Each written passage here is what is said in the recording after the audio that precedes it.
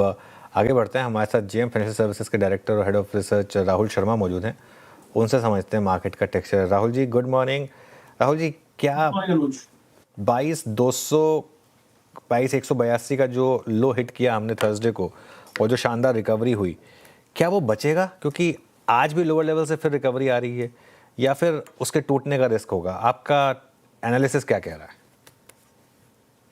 जी देखिए, पिछले 2 वीक में अगर हम देखें तो जो सेलिंग प्रेशर है मार्केट का प्राइस एक्शन के हिसाब से, मैं खास करके मोमेंटम की बात कर रहा हूं, तो मोमेंटम मार्केट का यहाँ पर घटने में कम होता हुआ दिख रहा है। यानी कि एक बुलिश डाइवर्जेंस निफ्टी पर देखने को मिल रही है डेली चार्ट्स पर। और ये ना कि सिर्फ निफ्टी में है, ये निफ्टी 500 में भी है, बैंक निफ्टी में भी है, और काफी सारे की इंडाइसेस में ये जो slowing down of selling momentum है, ये देखने को मिल रहा है। अब मार्केट जो है ट्रिगर का वेट कर रहा है। अगर जो जियोपॉलिटिकल सिनेरियो से कुछ पॉजिटिव डेवलपमेंट आता है तो हमें लगता है कि यहाँ पर एक शार्प रिकवरी या बाउंस बैक का यहाँ पर माहौल बनता हुआ दिख रहा है।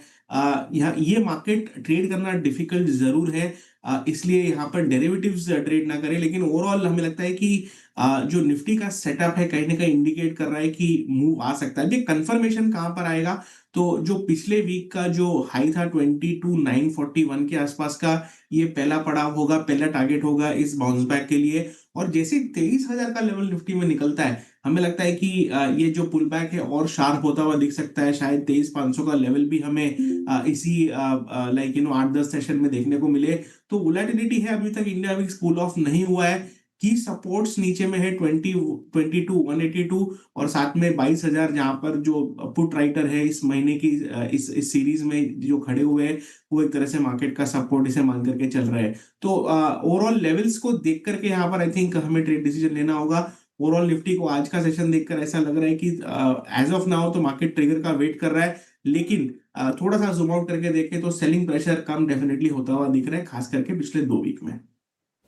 ओके, तो ये बात हो गई निफ्टी और उसके लेवल्स की। गुड मॉर्निंग राहुल जी, श्रेया बात कर रही हूँ। तो सर, आज के स्टॉक स्पेसिफिक आइडियाज क्या होंगे फिर? या देखिए, मेटल्स हमें काफी पसंद आ रहा है। अगर हम टाटा स्टील का चार्ट सेटअप देखें तो पिछले 2 से 3 हफ्तों से स्टॉक साइडवेज है। इनफैक्ट जो लास्ट फॉल आई है 1,500 पॉइंट की निफ्टी में, इसमें हमने जरा भी वीकनेस टाटा स्टील में आती हुई नहीं देखी है। पोजिशनली हमें लगता है कि टाटा स्टील में आपको 220 225 तक के लक्ष्य देखने को मिल सकते हैं। मार्केट वोलेटाइल है, इसलिए डेरिवेटिव में बाय मत कीजिए, लेकिन डिलीवरी में आप टाटा स्टील यहाँ पर बाय करके चल सकते हैं। 180 का एक स्टॉक ने एक अच्छा बॉटम बनाकर उसे ऑनर किया है पिछले 2-3 वीक से।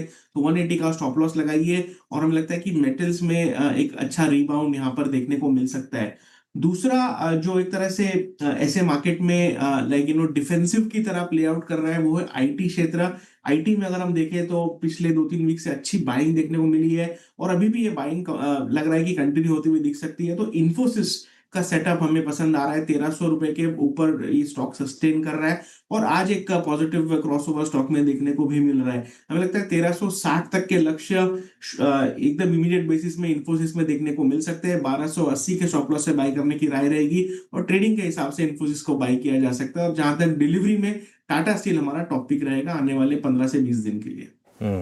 राहुल जी, कोई मिड कैप आइडियाज जो इस समय आपको अच्छे लग रहे हैं, मिड कैप या स्मॉल कैप?